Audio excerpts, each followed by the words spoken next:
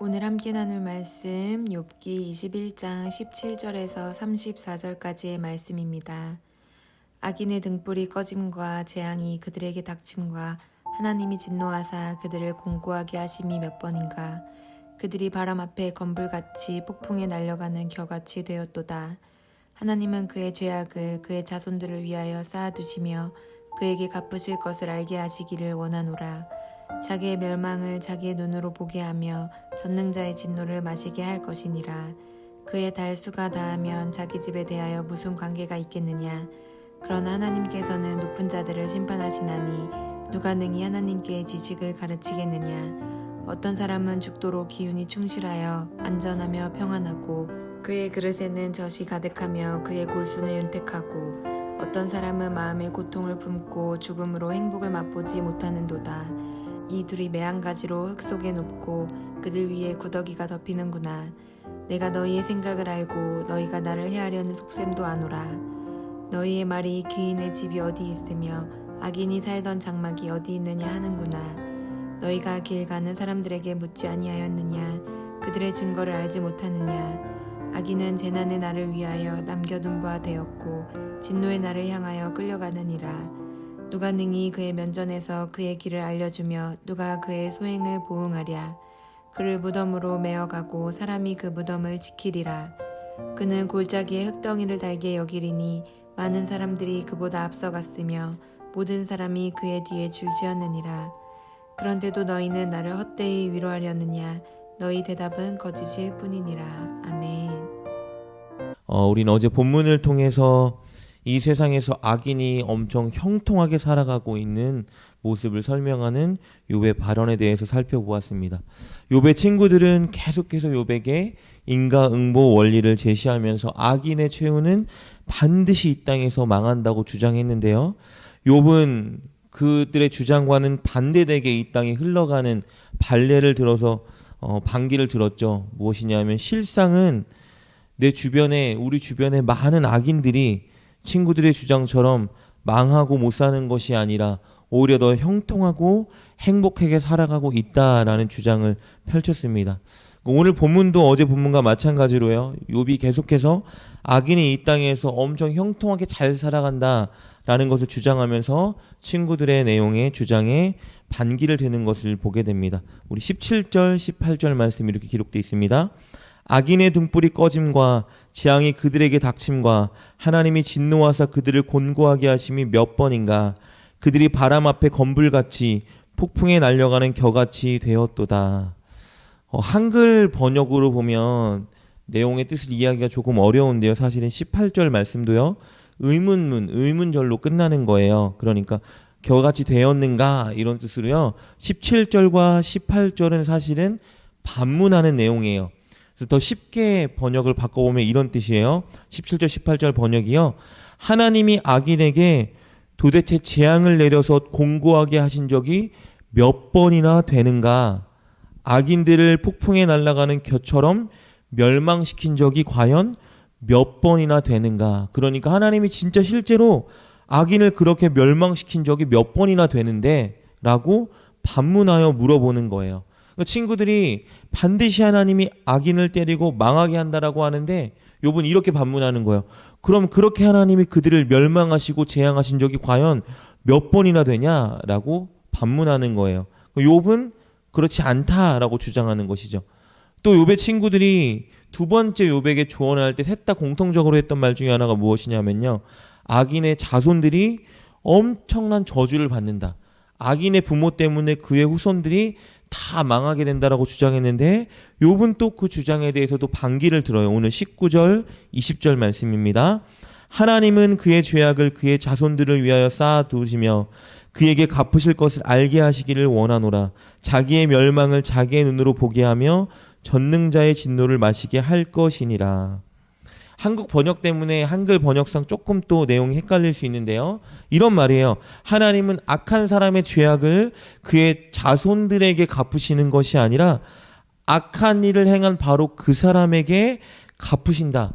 그래서 그 악한 일을 행한 그 사람이 자기가 악한 일을 저지른 것 때문에 자기가 멸망당하는 것을 직접 눈으로 보고 경험하게 하신다라는 뜻이에요. 그러니까 친구들은 악한 자가 죄를 지으면 그 죄와 악행이 자손들이 저주받고 멸망당하게 하는데 욥은 그게 아니라는 거예요.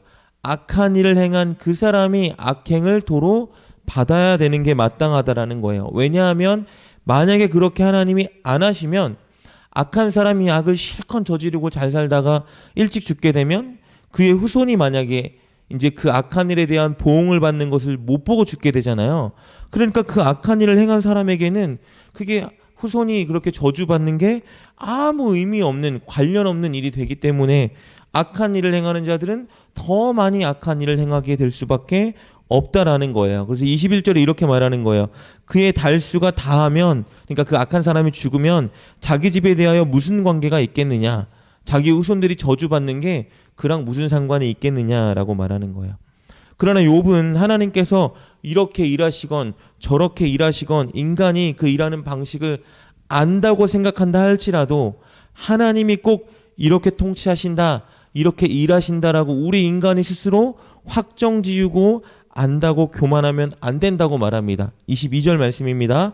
그러나 하나님께서는 높은 자들을 심판하시나니 누가 능히 하나님께 지식을 가르치겠느냐.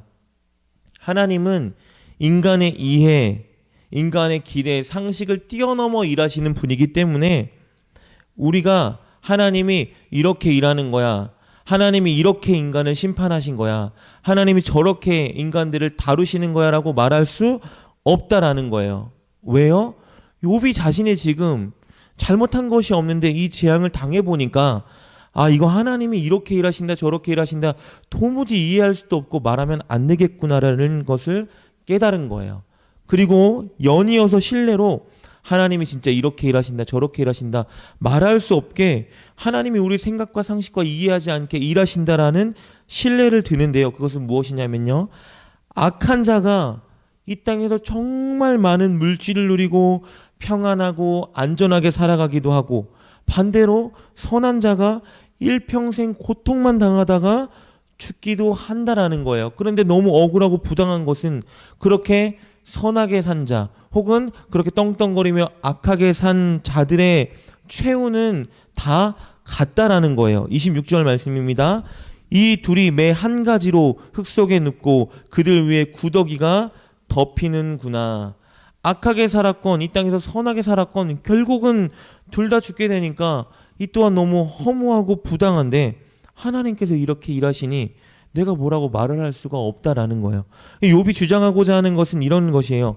하나님이 어떻게 일하시건 우리가 함부로 그 일에 대해서 절대화시킬 수도 없고, 때로는 그렇게 일하시는 게 부당해 보여도 우리가 도무지 어떻게 할 수 있는 방법이 없으니 그냥 하나님께서 하나님 마음대로 하나님 뜻에 맞게 그렇게 일하시나 보다 이렇게 생각해야 한다라는 거예요. 그런데 친구들은 이런 욥의 주장을 받아들이지 않죠. 왜냐하면 자신들이 고난을 겪어보지 않으니까, 자신들이 아무 이유 없이 재앙을 당해보지 않으니까 무조건 하나님은 인과응보 원리로만 일하시는 분이라고 계속 주장하고 있는 거예요. 그래서 욥이 그들의 주장에 결정타를 날려요. 그것은 무엇이냐면요, 분명히 친구들이 선한 자의 집은 늘 잘 살고 악한 자의 집은 반드시 망한다고 했는데, 근데 실제로 주변을 살펴보니까 선한 자임에도 불구하고 집이 가난하고 망한 집도 있고, 악하게 사는 자임에도 불구하고 집이 너무 부유하고 아주 잘 살고 있는, 후손도 잘 살고 있는 그런 증거가 너무 많이 있으니 그들에게 물어보라라고 말하는 거예요. 28절 29절 말씀입니다. 너희의 말이 귀인의 집이 어디 있으며 악인이 살던 장막이 어디 있냐 하는구나. 너희가 길 가는 사람에게 묻지 아니하였느냐. 그들의 증거를 알지 못하느냐. 인과응보 원리가 아니라 악한데 진짜 잘 살고 선함에도 불구하고 가난하게 사는 사람들이 주변에 증거로, 산 증거로 있다라는 거예요. 그들에게 가서 물어봐라라고 말하는 거예요. 심지어는요, 악인들이 죽는 순간에도 얼마나 잘 죽는지에 관한 신뢰도 들어요. 오늘 32절, 33절 말씀입니다. 그를 무덤으로 메어가고 사람이 그 무덤을 지키리라. 그는 골짜기 흙덩이를 달게 여기리니 많은 사람들이 그보다 앞서갔으며 모든 사람이 그의 뒤에 줄지었느니라. 이 32절 33절 말씀은 어떤 말씀이냐면요, 악인이 죽어서 장례를 치를 때의 모습을 설명하는 거예요. 많은 조문객들이 악인이 죽자 악인보다 앞서가서 그의 마지막 길을 배웅해주고, 또 뒤에는 수많은 조문객들이 그들을 따르면서 그들을 애도한다라는 거예요. 그리고 그 악한 사람이 죽어서 묻힌 그 무덤에 찾아와서 수많은 사람들이 그를 기념하고 그 무덤을 지키기도 한다라는 거예요. 아니, 악한 사람이 죽으면 사람들이 저주하고 아예 그를 이렇게 마지막 가는 그 길을 손가락질하며 반기를 들어야 되는데, 아니 실제로 악한 사람들이 죽은 걸 보니까 너무 많은 조문객들이 그 뒤를 따르고 그들의 죽음을 슬퍼하는 것도 보게 되었다. 그러니까 지금까지 주장하는 욥의 주장이 무엇이에요? 악인들이 형통해, 너무 잘 살아, 너희가 지금 계속 악인의 최후는 멸망한다 그랬지, 그 내가 지금 재앙을 당하고 멸망하는 인생에 놓여있기 때문에 나를 악인이라 그랬지. 그런데 그렇지 않아. 봐봐, 실예로 보면 악한 사람이 너무 잘 살고 떵떵거리는 경우가 많아. 이 주장이 지금 뭘 의미하는 거죠? 너희 주장이 틀렸어. 나는 악한 자가 아니야. 내 재앙만 보고 나의 멸망만 보고 내가 악한 자라고 단언하지 말아라 라고 말하는 것이죠. 34절에 이렇게 주장합니다. 그런데도 너희는 나를 헛되이 위로하려 하느냐. 너희 대답은 거짓일 뿐이라 라고 말하면서 욥이 또 그들의 주장에 반기를 든 것을 보게 됩니다. 지금까지 우리가 욥기의 내용을 살펴보면요, 욥이 주장하는 것과 새 친구들이 주장하는 것은 너무 분명하죠. 욥은 인과응보 원리로 절대적으로 돌아가는 것은 아니다. 악인이 오히려 더 잘 사는 경우가 너무 많다. 그래서 하나님의 일하시는 방법을 도무지 이해할 수도 없고 알지도 못하겠다. 새 친구들의 주장은 악인은 반드시 이 땅에서 저주받고 멸망한다. 그러면 이 두 의견 중에 우리는 어느 의견을 따라야 되느냐? 일단 우리가 아는 것은 새 친구들의 욥을 향한 권면과 적용은 잘못된 것이죠. 왜냐하면 욥은 죄를 짓지 않고 악한 행위 때문에 지금 고난을 당하는 것이 아닌데, 친구들은 욥이 악하기 때문에 고난을 당한다고 이미 답을 정해놓고 그를 정죄하고 있기 때문에 그들의 조언, 욥을 향한 적용은 잘못된 거예요. 그런데 그들이 주장하는 이 내용의 일반적인 내용, 악한 사람들은 재앙과 심판을 당한다. 여러분, 이게 사실은 성경적으로 맞는 내용이죠. 그런데 욥의 주장도 사실이에요. 이 땅에서 악인이 승승장구하고 행복하게 잘 사는 경우가 많다라고 말하는데, 우리가 살아가는 인생을 봐도 마찬가지예요. 악한 사람들이 돈 더 많이 벌고 불법과 그리고 이런 편법을 저지른 사람들의 훨씬 더 승승장구하고 잘 나가는 것을 많이 보게 되죠. 반대로 하나님을 믿는 사람들이 가난하고 어려움 속에 처한 경우도 이 세상 가운데 너무 많이 접할 수가 있죠. 그 사실은 욥의 주장도 맞는 것이고 오늘 친구들의 주장도 맞는 것이에요. 하나님을 믿는 자라가 이 땅에서 어렵게 사는 경우도 너무 많고, 그러나 반대로 악한 자가 떵떵거리면서 승승장구하는 경우도 너무 많고, 그런데 욥의 친구들의 주장처럼 악한 자는 저주와 심판을 당하는 것도 맞고, 그래서 우리는 이 사이에서 균형을 잘 맞춰야 된다라고 어제 말씀을 나눴었죠. 오늘 이 악한 사람이 당하는 최후에 대해서 어떻게 결론을 내려야 될까? 해답은 너무 단순하죠. 사실은 육의 눈이 아니라 영의 눈으로 살펴본다라면은 두 가지 다 사실이고 진리라는 것을 알 수가 있죠. 육신의 눈으로만 보면, 우리가 육의 것으로만 본다면은 사실은 친구들의 주장이 사실이 아닐 때도 너무나 많지만, 영의 눈으로 보면요, 사실은 친구들이 주장하니 인과응보 원리는 반드시 실현되는 것이죠. 하나님은 반드시 이 땅을 인과응보 원리로 절대적으로 다스리세요. 단 영의 눈으로 봤을 때 그것이 그렇다는 것이죠. 왜요? 믿음으로 사는 선한 자는, 그러니까 착한 일을 해서가 아니라 하나님을 믿는 믿음으로 사는 자는 영원한 천국을 반드시 보상받는 것이고, 그러나 반대로 악한 일을 저지르며 사는 사람들은 반드시 영원한 지옥의 심판과 재앙을 받는 것이 분명하다라고 말하는 것이 성경의 진리죠. 그런데 그것이 성취되는 때는 우리가 이 땅에서 육신의 삶이 끝나고 예수님이 이 땅을 심판주로 오실 때, 그때 완전히 실현되는 것이죠. 그래서 우리 그리스도인들은 그때를 바라보고 오늘을 살아가야 되는 삶의 현장에 있는 사람들입니다. 그러면 이 땅에서 고난을 당하는 의인들은 어떻게 바라봐야 되나? 여러분, 이 땅에서 영적으로 보자면 고난을 당하고 살아가는 의인들은 어떻게 봐야 되죠? 그들은 고난을 통해서 영적으로 하나님이 더 성숙하게 만드시고 또 천국을 더 사모하게 만드시죠. 반대로 이 땅에서 아주 떵떵거리고 잘 사는 악인들은 영적인 눈으로 보자면 뭐예요? 어쩌면 유기에 가까워요. 무슨 말이냐면요, 하나님이 그렇게 살도록 내버려 두는 거예요. 왜요? 그렇게 사는 게 복이 아니거든요. 우리 욥기에서 나눈 것처럼 악인들이 너무 떵떵거리고 잘 사니까 어떻게 한대요? 하나님을 찾지 않는다고 하죠. 전능자가 나에게 필요하지 않다. 내가 전능자를 왜 찾아야 된다라고 말하죠. 왜요? 필요한 것이 없고 잘 나가고 불법을 저질러도 승승장구하면 하나님을 찾지 않는 삶을 살게 되죠. 그러니 영의 눈으로 보면 그들의 인생이 부럽고 복받은 인생이 아니라 사실은 불쌍하고 저주받은 인생인 것이죠.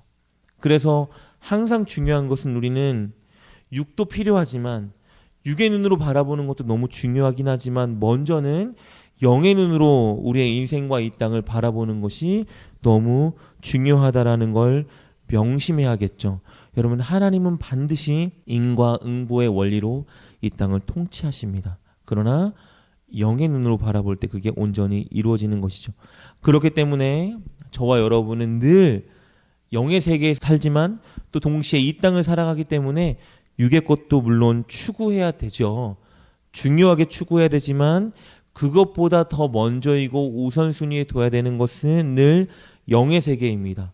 기도와 말씀과 순종함으로 우리의 영을 건강히 세워가고 우리의 천국 미래를 든든히 확장해 가야 되겠죠. 그것이 진짜 축복받는 길입니다.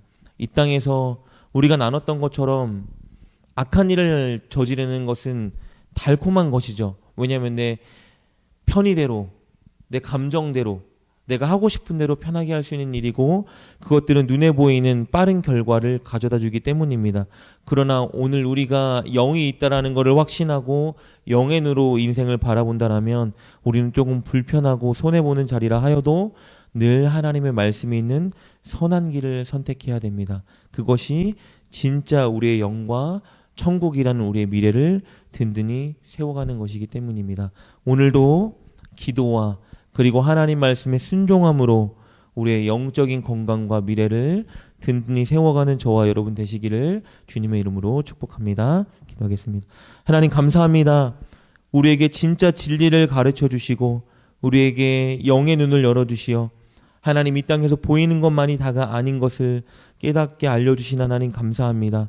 그러나 이 땅을 살아가기 때문에 우리가 날마다 육의 것들에 집착하고 하나님 흔들릴 때가 너무나 많음을 고백합니다. 하나님 것을 뛰어넘을 수 있는 믿음을 더해주시고 우리에게 하나님께서 예비하신 그 온전한 가장 아름다운 천국 소망을 날마다 붙들고 하나님이 기뻐하시는 그 선한 일을 감당하는 자리에 우리를 날마다 세워주시옵소서. 더불어 많은 사람들에게 그 진리를 전하는 자리에서는 우리 모두가 되게 하여 주시옵소서. 예수님의 이름으로 감사하며 기도드립니다. 아멘. 하나님의 인과응보의 원리는 날마다 모두에게 작동하고 있습니다. 다만 이 땅에서 살아가는 우리의 육신에 실현되는 것이 아니라 우리의 영과 영원한 미래에 날마다 실현되고 있는 중입니다. 그렇기 때문에 우리는 기도와 말씀과 순종으로 우리의 영과 영원한 미래를 준비하는 삶을 살아야 합니다.